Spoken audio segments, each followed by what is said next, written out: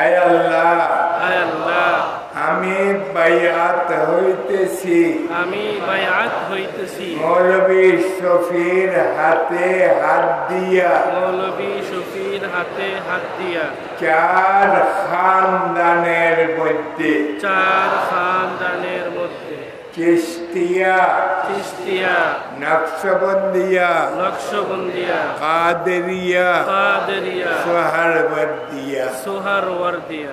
আল্লামা শফি নামে চিনতো আর কি, ঠিক কিনা? মারা গেছে। সেই ব্যক্তিটা মানুষকে বিভ্রান্তি করেছে, অনেকভাবে বিভ্রান্তি করেছে বিভিন্ন ফতোয়া দিয়ে। প্রথমে তারা বই লিখেছে, পীর বলতে কিছু নাই, ওলি বলতে কিছু নাই, মুর্শিদ বলতে কিছু নাই, বায়াত বলতে কিছু নাই, এগুলোর বিরোধিতা করেছে। যদিও বা তাদের উস্তাদ তারা বিরোধিতা করে নাই, তারা করেছে মানুষকে তার শেষ সময়ে শেষ পর্যন্ত স্টেজে বসে তারা বায়াত নিয়েছে। এক তরিকত, দুই তরিকত না, চার তরিকতের একসাথে। ইউটিউব আছে, দেখছেন কয় তরিকত? চার তরিকত একসাথে বায়াত নিয়েছে। কারণ তারাও জানে বায়াত ছাড়া কোনো উপায়, তারাও এই পীরের মধ্যে চলে গেছে। আপনারা জানেন যারা পীর মুর্শিদ মানত না, ওলি আল্লাহ মানত না, জিয়ারত মানে না, আল্লাহর নবীকে আল্লাহর নূর মানে না, সালাতু সালাম কিয়াম বিশ্বাস করে না। আমি দলের নাম নিই না, বলার জন্য বলছি, চরমনাই নামক একটা দল আপনাদের আশেপাশেও থাকতে পারে, অসম্ভব না, থাকাটা স্বাভাবিক। কারণ মানুষ হিসেবে বিভিন্ন আকীদার মানুষ সমাজের মধ্যে বসবাস করতে পারে। কাউকে মারা, কাউকে আঘাত করা আমাদের কাজ নয়। সবাই তাদের আকীদা নিয়ে চলবে। আমারটা আমি তুলে ধরবো, তারটা সে তুলে ধরবে, ঠিক না বেঠিক? তারাও নামের আগে পীর লাগায়। কি লাগায়? কি লাগায়? পীরে তরিকত, পীর লাগাই, পীর অমুক, পীর তমুক। পীর লাগানো এখন সহজ হয়ে গেছে, অথচ এই ব্যক্তিরাই কিয়াম করে সালাতু সালামের বিরুদ্ধে কথা বলে। সালাতু সালাম মানে না, কিয়াম মানে না, সবে মেরাজ মানে না, আল্লাহর নবীর নূর মানে না, ঈদ আজম 12 রবিউল আউয়াল মানে না।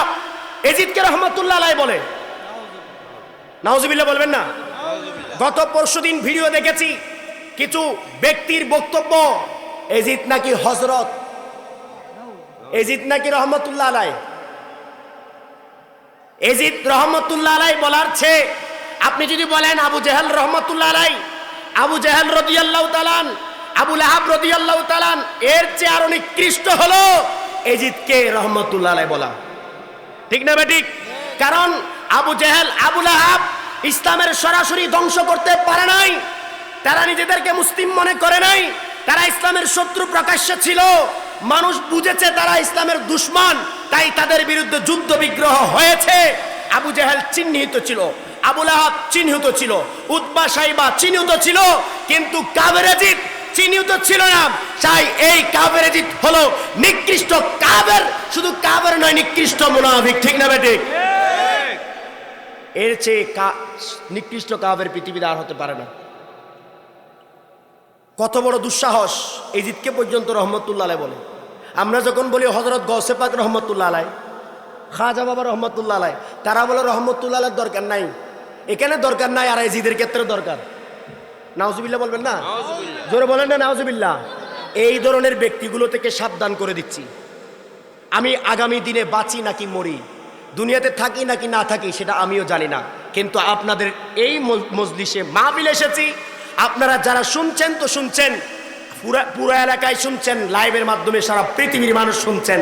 সবাইকে সতর্ক করছি, পৃথিবীতে কেউ স্থায়ী নয়, সবাইকে দুনিয়া ছাড়তে হবে। এমন একটা সম্পর্ক করে দুনিয়া ছাড়বেন, আপনি মরণে হাসবেন, সারা জগৎ কাঁদবে, ঠিক না বেঠিক?